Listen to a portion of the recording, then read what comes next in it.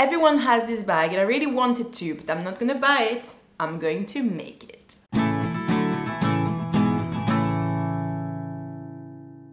Need more books. What about now? Here we are. Hi, I'm Noémie, my channel is La Fraise, and today I wanted to share with you the making of the viral Uniqlo bag that everyone has, and I'm sure you've seen it as well. I was originally going to make only one of those bags, but in the end I'm not making one, I'm not making two, I am making 3 of those bags. Because when I went to buy fabrics, if you saw my haul, I ended up buying more fabrics to make a second bag, and then my mom saw my first bag and I was like, please make me one, really like one. So now I'm also making one for my mom. So in the end what's gonna happen is that my wife is gonna get the first bag, the one you're gonna see today, and she's gonna have that because she really wanted this type of practical bag to walk the dog. And then I will get for myself the second one that I haven't made yet, and then I still need to go and buy fabrics to make one for my mom. Actually, I was waiting because I was seeing her this afternoon and I wanted her to be able to try the bag to really see, can she fit everything she wants in the bag. Oh my god, let me show you Milo. This is my view. So as I was saying, I saw my mom this afternoon, and so she tried the bag, she tried to put everything in. She actually wants the strap a little bit longer than what I have done for myself. And then the sister of my sister-in-law was also there with us today, and she actually had the Uniqlo bag, and my mom was like, oh, but hers has the slider. I was like, I can make a slider on your bag if you want, but well, whole discussion. I'm gonna make my mom's strap a bit longer than for me, but she doesn't need a slider. I mean, I did tell her 6 times that I could put a slider on hers if she wanted, but it's fine. So actually originally I was like, oh, I'm gonna make a video with the 3 bags, but then I already have so much footage, I talk so much, so I thought also I really wanted to have a video going up on Monday for you guys, and I have only one of the 3 bags made, so I thought, well, better to have a video with 1 bag than no video at all. So here you are, let's have me make the first bag. Here we are, everything's cut for the bag. So I have the sides of the bag twice in the main fabric. I have the bottom of the bag once in the main fabric. I have the attachments for the straps. So in the video I've been mostly following, they also have it in the lining fabric, but I want to construct my bag differently. So I am not cutting those in the lining fabric as well. We'll see how that goes. Is that a piece of Milo? No, that's a piece of fabric. Then we have main part of the bag and bottom of the bag in the lining. This is going to be the side pocket where you can just slip things in, and this is the lining for a zipper pocket inside that I'm making, and this is the main strap. And I wanted to say this fabric I have interfaced everything because this one was very, very lightweight, so I have interfaced it.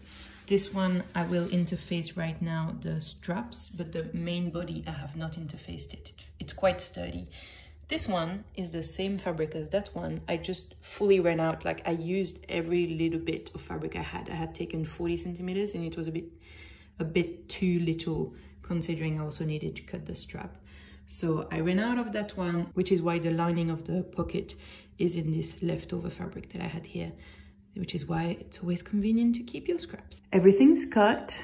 No, just need to sew it up. I'm sure it's gonna go much faster for you than it's going to be for me. You know, originally I was thinking I would do a my sewing space video, but I realized you've seen everything. I'm gonna show you the rest now, and this way this is done and I can scrap the my sewing space video idea from my list. So this is my sewing drawer. So I don't have a sewing room, I live in an apartment. This is, you can see my yarn also that lives there. I'm gonna try to find a better place for it, but so all of my current projects live on top and my fabric lives on top as well. I used to keep my fabrics in this bag, but now I'm kind of like, well, if I'm going to make something with it and I don't want to have a stash, it's on here. So it's really in my face and I can't forget about it. So these are my current projects. In the drawer, which is nice and roomy, this is the one from IKEA that's, I think, originally they made it for kids' room and then they realized that it was super popular, and now I think you can find it anywhere. I wonder if the drawer is especially for kids and they have other things in this collection. Whatever, you'll have to check it out. So my sewing machine lives here in its nice leopard outfit and the cable is just here. I have in here in the bag, oh my God, this is organized chaos, and we don't pretend this is a neat organization, but in these bags are the patterns I have already stuck together but I haven't used yet, and this folder with like small pieces of patterns that are a bit standalone, and spare envelopes so that I can have new patterns going, and also all the patterns I have from inside of magazine. I had a subscription to a sewing magazine for a year, so I got a ton of those, so they all live here in this bag. And in those envelopes, which have absolutely no organization, so I'm doing Milo's coat and I've just finished, so I put the pattern there. Here you are, the latest one can go at the front.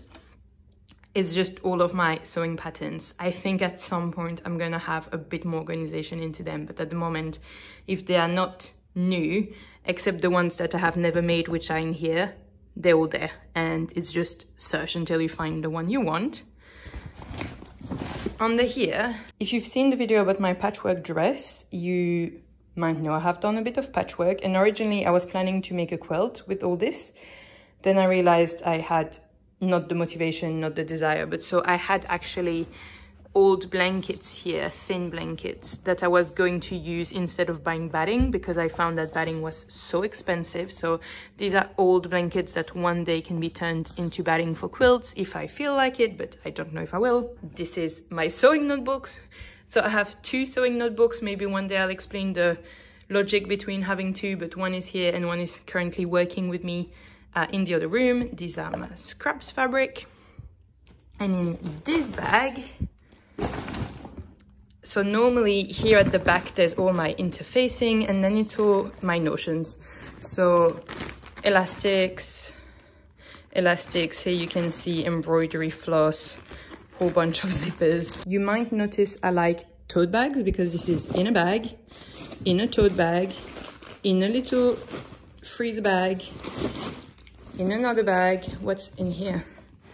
What's in here? Oh gosh.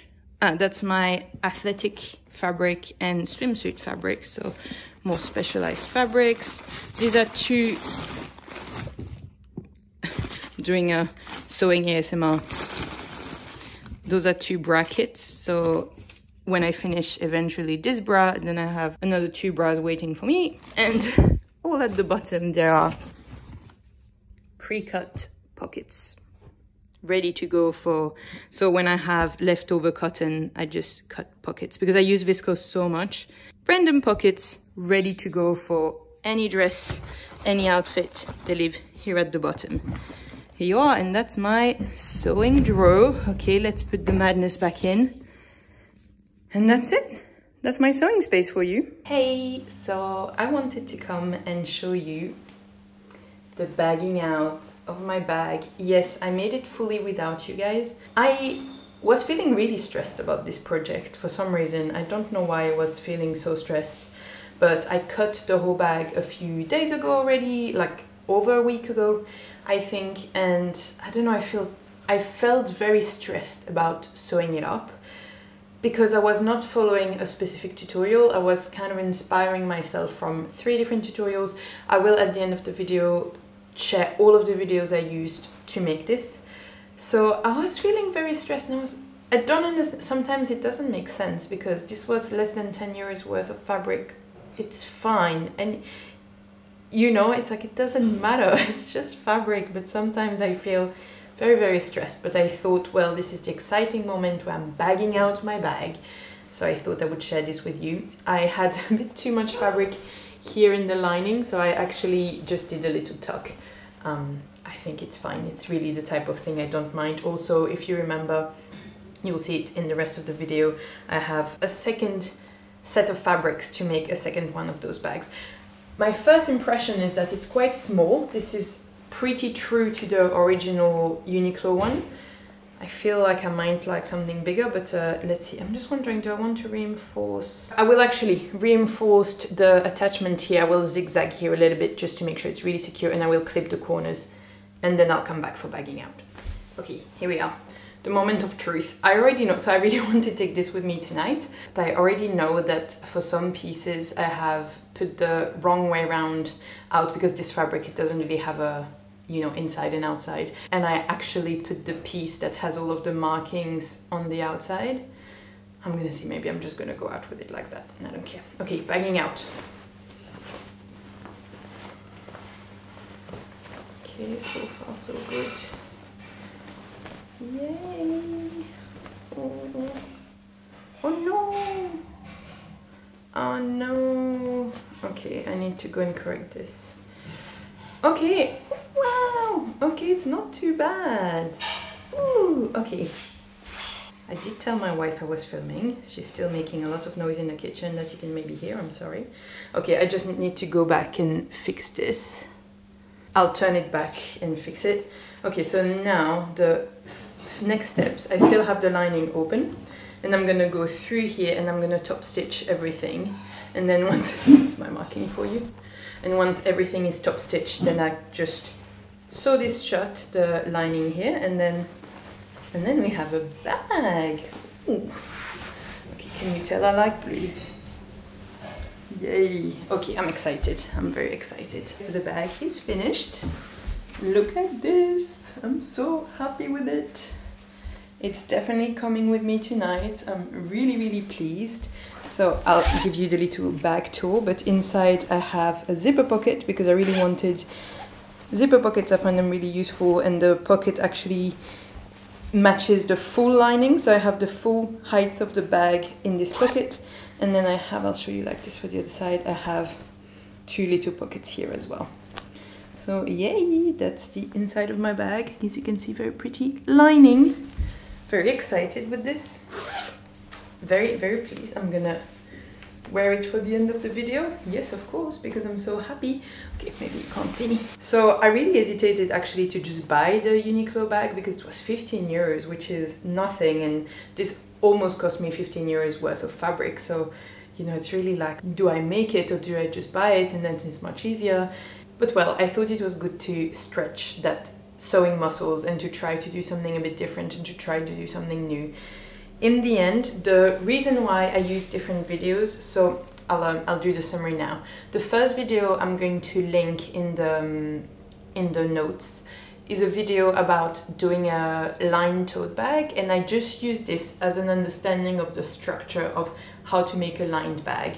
And then I watched a video that's basically, if you want to reproduce the Uniqlo bag, that's that video, and it takes you through the whole process, but it doesn't bag out the lining. It's actually, you base the lining to the main fabric and then you do bias binding, and I didn't really like that finish. I really wanted to bag out my bag.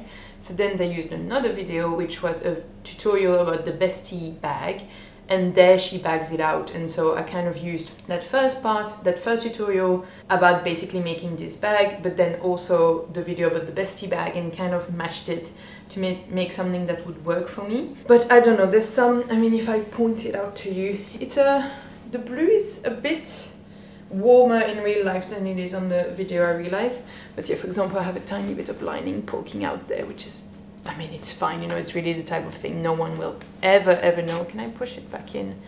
Yeah, no, I clearly did a small boo-boo, but there's a tiny bit of lining poking out there. I don't know, I'm a bit unsure. Also, I didn't follow the tutorial. The tutorial really, like, if you want to recreate the bag, it's great. If you need this step by step, they even tell you how to draw the shape. I personally just drew the shape following my intuition, but yeah, seeing now how this is finished, I am considering going and using the bias binding technique for my second bag, because this created a few spaces of bulk here, and this is not really well finished. I'm just scared that this is going to pull apart.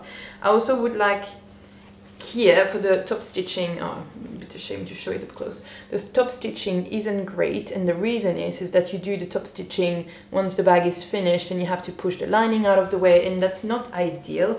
I think the other methods might help me better with the top stitching, which I want really neat.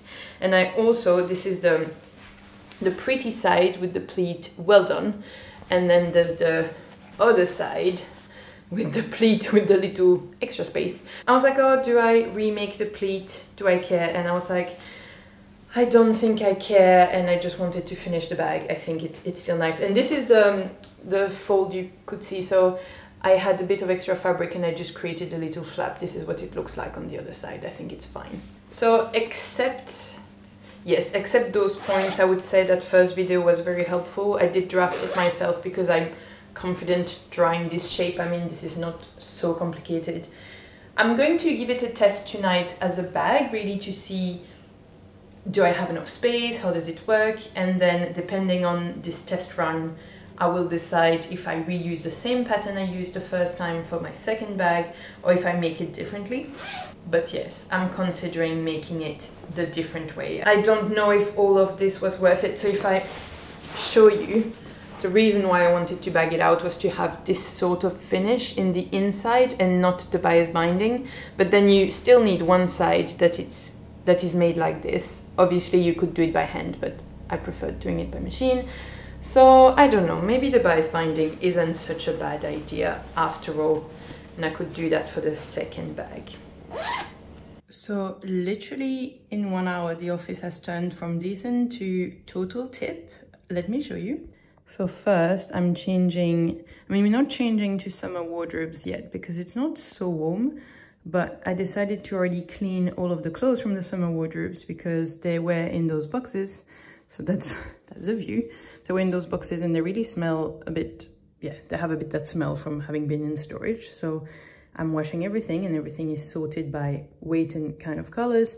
So that's the view here. The Dyson is charging. So there's all of this, and then you turn, there's all of my things, and there's stuff I need to do with all of this. And then there's the yarn, and I've just done a little order and I have more yarn and more yarn and more yarn. So now the yarn corner is going a bit out of hand, and then the desk is full of Milo's coat. Not so zen anymore in here. Yay! And this is it in an outfit. Honestly, I already wear leopard print pants and a flower top, and when I think that the next bag I'm making for myself is also patterned, it's going to be a bit of an overdrive of patterns. But what can I say? I really like a lot of patterns on myself, but here I am. I'm about to go to the bank, and this is with my for Uniqlo bag, and I think it's really nice. I'm really happy with how this turned out. Such a practical size. I mean, I had looked at this bag already on a couple of friends and on a colleague, and I was like, looks like a really cool bag. So it confirms what I thought, which is it's really perfect. It's so comfy. I'm so happy with it. This is such a happy blue, but obviously, as I told you, this is now going to be my wife's, but I think I'm going to keep it until I meet the second one. I'm going to try not to delay too much anyway. I also need to make my mom's, and so yeah, I'm going to make more of those, but at the moment I'm so happy with it. And I really hope you enjoyed the video. If you want to see the future bag being made, I mean, I'll see if I film it, if there's anything interesting to say or not. But if you want to keep up with my sewing journey and my knitting journey, please feel free to like and subscribe to come back here. And yeah, that's it. I'm just very happy and very excited. I didn't get to sew a lot this weekend, but it's still nice to be able to wear a ton of me made. So not every weekend is your best sewing weekend, but at least I can still enjoy the craft by wearing it on me. And Milo wants you to know that you can make anything. Thank you for watching, and I'll see you in a future video. Bye! Being as helpful while editing. Milo, can you? Okay, thank you. Being very helpful while we're editing, as usual. Thank you, Milo. Thank you.